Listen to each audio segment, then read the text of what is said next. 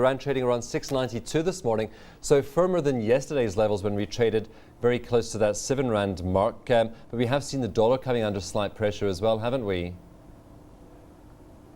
Good morning, Stephen. Yes, as you've said, we did see the rand range bound yesterday for most of the day, but then still just below 7 rand.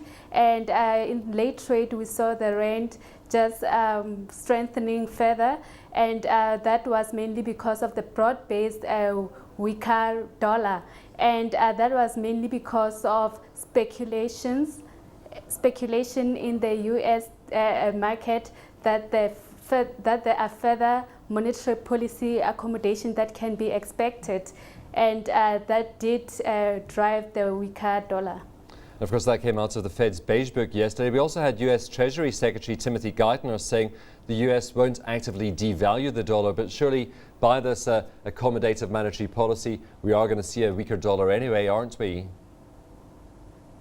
Yes, no, that's correct, and it was really interesting because the dollar did strengthen on the back of those comments. But then what we saw is that the dollar did weaken again, and like I said, you know, it was mainly on speculations that increased because of monetary policy accommodation that can be expected.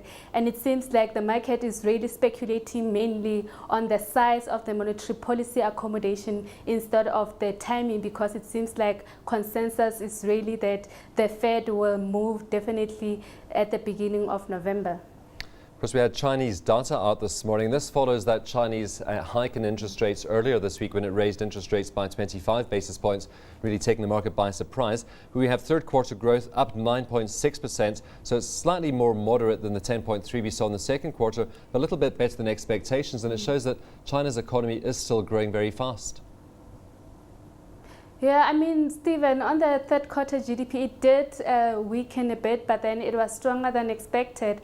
And I mean, looking at the detail, it does show that consumer spending is really strong because retail sales also overshot market expectations. So it seems like the recent hike was just for policymakers, or a sign for policymakers to say that, you know, they just like to manage inflation expectations, and also maybe possibly because the policymakers seems to be really satisfied with the pace of the economy at the moment. But then going forward, it seems like the market is not pricing in any more rate hikes because the economy is coming on really weaker.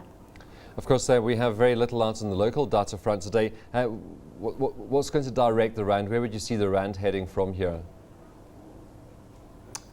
Stephen, Standard Bank is expecting the rand to remain largely range bound. As you've said, there's little data coming out of South Africa today, and internationally, I think the rand will also be tracking the weaker dollar. And you know, comments coming from the Fed and coming from policymakers will also be closely watched, as that can also, you know, determine the direction of the rand.